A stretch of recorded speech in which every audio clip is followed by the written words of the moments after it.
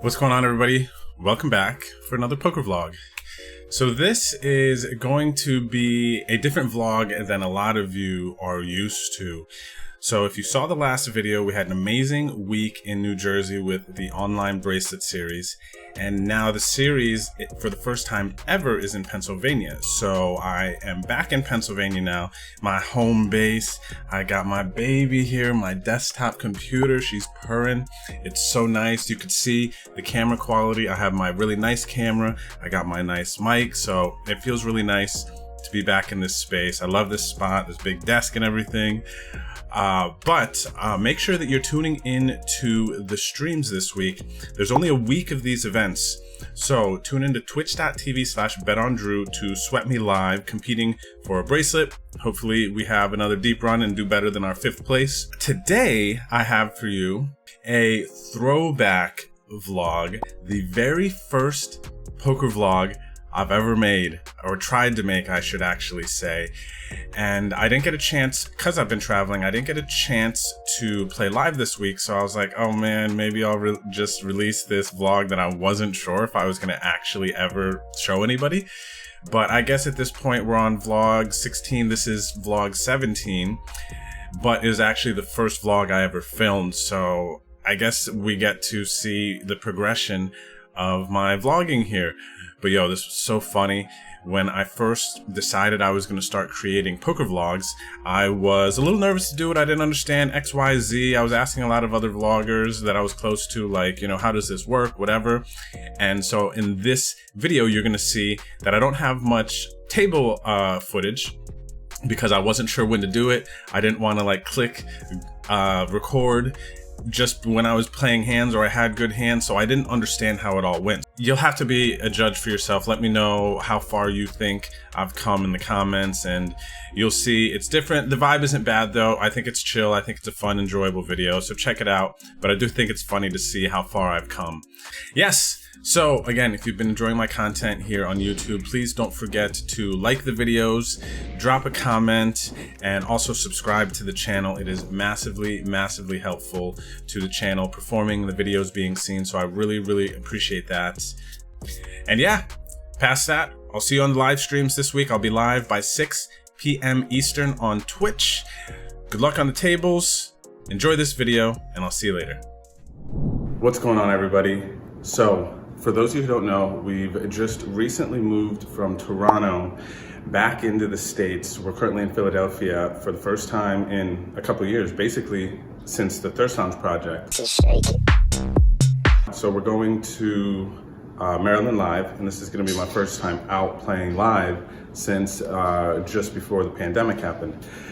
So this is going to be fun, interesting. I haven't played live poker in a long time, so I'm like really excited just to, you know, play with the chips.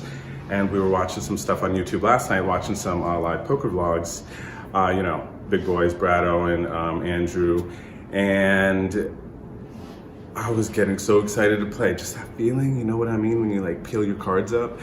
And so I'm really excited about that. We're going with Hannah, Aaliyah, and Frankie.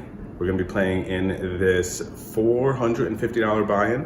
It's got a 100K starting stack, 20-minute levels, and it runs once a week. So this is exciting, it's new, and I'm looking forward to it and just getting out, man. So this is my first like live poker vlog, really, that I've done myself since becoming team pro for ACR. So this is kind of neat, fun, and we'll see how it goes.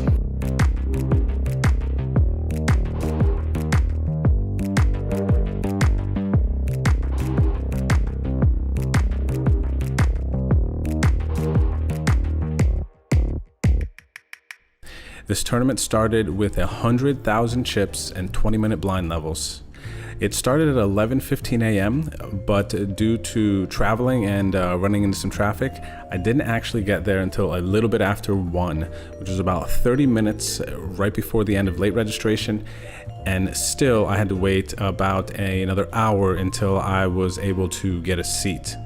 That said, I still had plenty of chips, and we ended up, the first hand that we sat down, we ended up getting ace jack off under the gun at 1K, 2K. We raised it to 5,000 chips. We got one caller in middle position. The flop came King 10-10 Rainbow. I checked out of position here, and they checked behind as well. The turn was an amazing queen card. Man, it feels good to make hands like this playing live poker. I decided to bet 6K, and he ended up calling. And at this point, honestly, my sizings and things like that are, I'm assuming, going to be a bit off. I know I was struggling at first, kind of taking my time and putting thought into how much was in the pot and how much I was going to bet, looking at how many chips they had and things like that. So there was a lot of rust that I needed to brush off here. But in this hand, I ended up betting 6K. They ended up calling, and then the river was a blank 6. No flush draw on the board, just the paired flop. And I took a moment and I thought about, what can I get them to call here that's not too much? This player wasn't overly deep stacked at this point, and again, I had just recently sat down, so my brain really wasn't even working yet. So I decided to just double the bet. I bet to 12K. The opponent ended up calling, and we show our ace jack, and they showed their queen 6 for a river 3 pair. So the next hand that we end up getting here, we raise the button with king queen of clubs over an early position limp. It was the same guy from the queen 6 offhand, and it was the 1K 2K level. We decided to raise it to 7K. They ended up calling, and we go to a flop heads up. The flop was 9-4-3 Rainbow. He checks to me, and then I bet 7,000. He calls. Playing live here, it felt like a third pot was kind of fairly easy and standard and accomplished the same thing as some 2/3 pot bets in a lot of spots would have covered, especially when I had nothing and I was just betting as a bluff. The turn is a queen. I bet 15K because he had 3 5Ks sitting conveniently on the side of his stack there. And I thought if I make it easy for him to call, he could just grab it, throw it in, which he did. And then the river was an 8.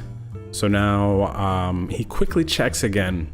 And then at this point, I'm like, man, he's just quickly checking. We should be good here. We have king queen on 9-4-3 queen 8. The only hand we really have to worry about is jack 10. And I just didn't think it was likely that he had a hand as strong as jack 10. At this point, I chose to bet 30,000 chips. And he snaps. I'm like, okay, good. And then I table my king queen, and villain tables kings. And I was like, okay. I was like, what? So you limp and then just call a raise? So I'd imagine that this player might have been thinking, ace is always coming. I'm just gonna pot control, check call, and just maybe they've had some bad history, some bad memories with kings here, and they're just like, I don't want to play a big pot. That's kind of all that I can think was going on in this hand. I was sad, but you know what I mean. Nice hand. The next hand that we have here, we complete in the small blind with a middle position limp at 1.5K, 2.5, 2.5K. The flop comes ace, jack, 6 Rainbow. It is middle position, me in the small blind, and the big blind in this pot. We check around 3 ways on this flop. We go to the turn, which is a 7. It does bring in a flush draw with clubs. I choose here at this point to bet 6K, and I have a gut shot here in this spot, and I just felt like I was gonna try to stab in some situations. I thought the limper could just have like a small pocket pair, maybe. I just didn't think that the limper in middle position had too much, and then the big blind could be pretty wide, just checking there. So I decided to start bluffing at this pot with some equity. So I bet out 6K into about a 10K pot. The big blind calls, the limper folds, and then the river is a queen. And then at this point, I don't think that the big blind is really gonna have an ace too often. So I thought that likely I was up against a second, third, maybe even fourth pair here on this board. So the pot now at this point is up to 22K, and I wanted to bet small to try to target a jack or a 7. I thought those were the hands that this player was going to have the majority of the time. So I bet 8,000 in chips. They end up calling, and then as I table my queen 10, the player goes, you got there on the river, and then folds. So they definitely just had a jack. I think they had a jack by the way that they responded at the end of the hand. So we scoop some chips and we move on our way. So the next hand that we have here, so the button opens to 6K at the 3K big blind level. I 3-bet the small blind with king 10 off to 20K with like 100K behind. Big blind behind calls with about 60K behind after the call. And the button opener ends up folding. So the 3-bet would have worked. The flop comes ace 4-7 rainbow. And I chose to bet 7K. And at this point, this, I believe, is a recreational player in the big blind, so I feel like on an ace 4-7 rainbow, I don't have to bet big at all, and I'm just going to get a lot of folds with some of the stuff they'll call with there. They end up calling, and then the turn is a deuce, and it goes check, check.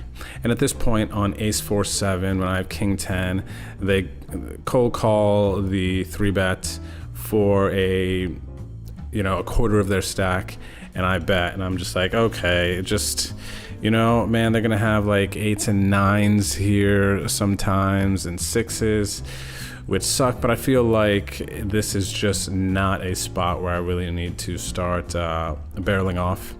And then the river came a 5, and it goes check, check again. I'm over this hand at this point, and I want to conserve my chips. At the 6K big blind level, I've got sub 20 blinds, and we gotta chill a little bit. And our opponent tables pocket 3s, so for a straight, and they did not bet it. There was no flush draw that came in or anything like that. The board was a pretty dry run out, and I don't actually think that they knew they had a straight. And he tables it. I was like, you win, buddy, you got it. So we lost a decent pot here. I limped the button with 3-4 off at the 3K big blind level.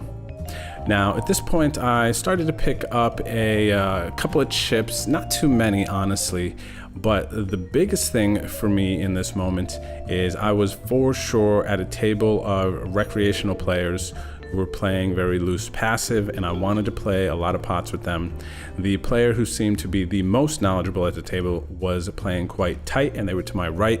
So whenever they were just out of the pot, I was more than happy to limp the button, the cutoff versus the blinds, which did include the one player to my immediate left who I thought was very, very new to poker. So anyway, I limped the button with 3-4 offsuit here. The small blind completes and the big blind checks. The flop comes jack 7-6 rainbow. It checks to me. I bet, and the small blind calls. And I bet here it's going to be about third pot. I actually bet 3K here. Again, in some spots here, I was betting small on flops so I could barrel some turns if I thought it was good, or keep the pot small so I could bluff bigger on some later streets. The small blind calls.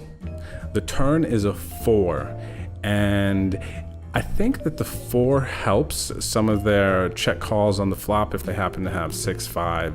6-8, 7-5, a pair with a straight draw here.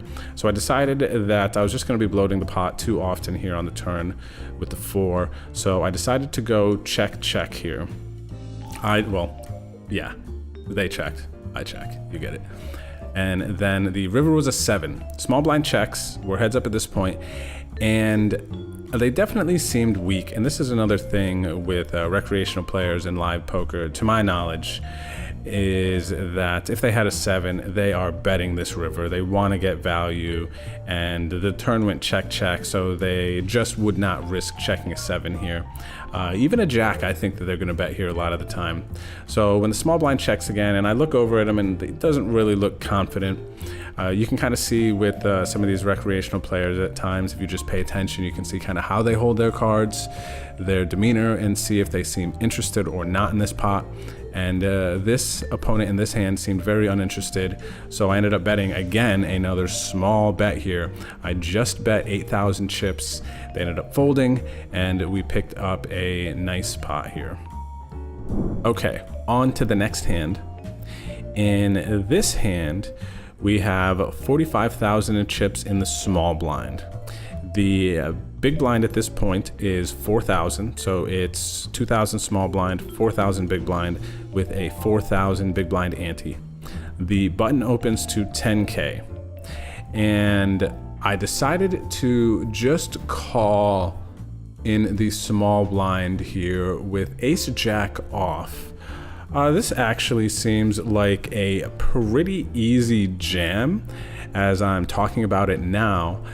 But as I had mentioned earlier, the button player to my immediate right had seemed to be playing quite tight and had chosen a couple of bigger button sizings before. So this smaller sizing kind of made me a little sketch about this situation. So I chose to just call. And I actually don't mind. I think in live poker, you can play down your stack and call down a bit more and still have a lot of fold equity. People just aren't really like looking at your stacks and realizing how many chips you have. So you can kind of get away with some things a little bit more than you might be able to online. So we go to a flop of Jack 9 7. So I hit a pretty nice flop here. I would hate to see this go check check and the turn peel off an 8 or a 10, or even an overcard to that is not an ace. So I decide here that with the button opening and the pot being 10K, my 10K call, 10K from the big blind, plus the 4K big blind ante, we're at a 34K pot here. I have 35K behind. I decide that I'm going to lead out and protect my equity, so I bet 25K into this pot with 10,000 behind. The big blind calls and the initial raiser folds. The turn is a blank 6. I put in my last 10,000 chips, big blind calls, and tables king jack. The river is an ace, and I double. So that was quite nice. I was really excited about that. So as we move along here, the big blind level is 6K, and we have a big situation here. The button shoves 100,000 chips at this point. I'm sitting in the small blind with ace queen and 90,000 in chips. So am I gonna call off here? Of course, they're just not gonna have aces, kings, or any like super big hands when they just jam in this spot. So we ended up calling and we win a huge hand here. Ace queen versus ace 10. The board ran out 9, 7, 9 rainbow, queen, and then river was a 4. So the ace queen holds for a really, really big hand there. This brought us up to just about 200K at the 6K level. And this is when we start to really spin up in this tournament. So the next hand that we have here, we complete the small blind with a late position limp, big blind checks at the 8,000 big blind level. The flop comes 10, 7, 8, all spades. We have the ace of spades. And I check the small blind, big blind checks, late position, limp checks. And the turn comes a blank king. And I decided to bet 10K here. I was planning with the ace of spades to bet turn and then bet river if I completely miss and I decide that I wanted to have that option by betting the turn and still be able to represent a hand, because had I flopped a flush or a big hand, a lot of people in the small blind are going to check. So I think that that's how the general population is going to view that. So I did bet the turn 10K, and then the late position limper called my bet and the big blind folded. So We go to a river king of clubs. Now, I've missed my flush draw and my straight at this point. And I decide that, you know what, with my small bet on the turn, that they could still be light. I don't think that they are going to just call the turn again had they flopped a flush, a straight, two pair, sets, or they could call with a king potentially, but when the river comes another king, I'm just not giving them credit for that. And I think with my small bet on the turn that a lot of people are going to call with some weak spades and some draws there as well. So I actually decided to check this river out of position, and then the late position player fairly quickly bet out 27K. I thought for a second, I know they don't have the nut flush at this point. I know it's less likely that they had flopped a straight, not only because of their turn actions, but also because of the fact that I have a 9 in my hand. And then the king run out made it a little bit easier. I'm like, all their missed draws, spades, unpaired hands are gonna have to bet here. And if they had a 7 or an 8 that they called me with on the turn, and potentially even a 10 if it's a weak 10, a lot of live players are not going to be putting out thin value bets on the river. So it felt like it was very, very likely that they could be bluffing, and I decided to call, and the late position player ended up tabling queen jack offsuit. They actually did not even have a spade, so they just missed their straight draw and they picked up an open-ended on the turn. At this point, I'm thinking, man, I miss live poker. It is so soft and beatable and fun and just stimulating, but this has been really, really cool. And you know, once you build up a stack, you got a bunch of chips that you can look at in front of you. You know, you start to take a couple more pics with the phone, stuff like that. I was having a lot of fun at this point. It was an amazing table. Throughout the entire trip here to Maryland Live, I can't even really remember ever having more than one person at my table that seemed like they might have known what was going on. So just so amazing. But we were getting close to the money at this point. There was 165 people who started in this tournament, and we were down to the final 4 tables. Less than 10 people from the money. And I was kind of getting in some situations where I just had to fold. I tried to raise and get some squeezes through. C-bets didn't work. And very quickly as the blinds go up, you know, your stack can really start to hurt. I think I lost some hands in between there that I didn't get any footage on, so nice job, Drew, on your first live poker vlog. So we are on the exact money bubble. It is the 10,000, 20,000 big blind level, and I have 245,000 in chips. I look down at pocket 9s. I don't want to be the bubble boy, but this hand is just too good, I think, to do anything else but put the majority or all of our chips into the middle here. And I put them all in. And this aggressive big stack player takes a while, thinks, looks at how much the 245K would hurt his stack, and eventually finds a call. They called with pocket 4s, and the flop came with a 4. And it was straight pain.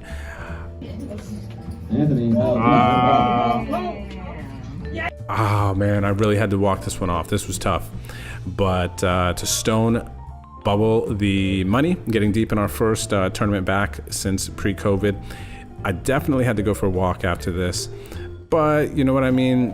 If you think about it, it's like, all right, they made a call that we should be extremely happy about, and the majority of the time we're going to double up, and then we're going to cruise into the money, and we're going to have a really good shot at winning this tournament.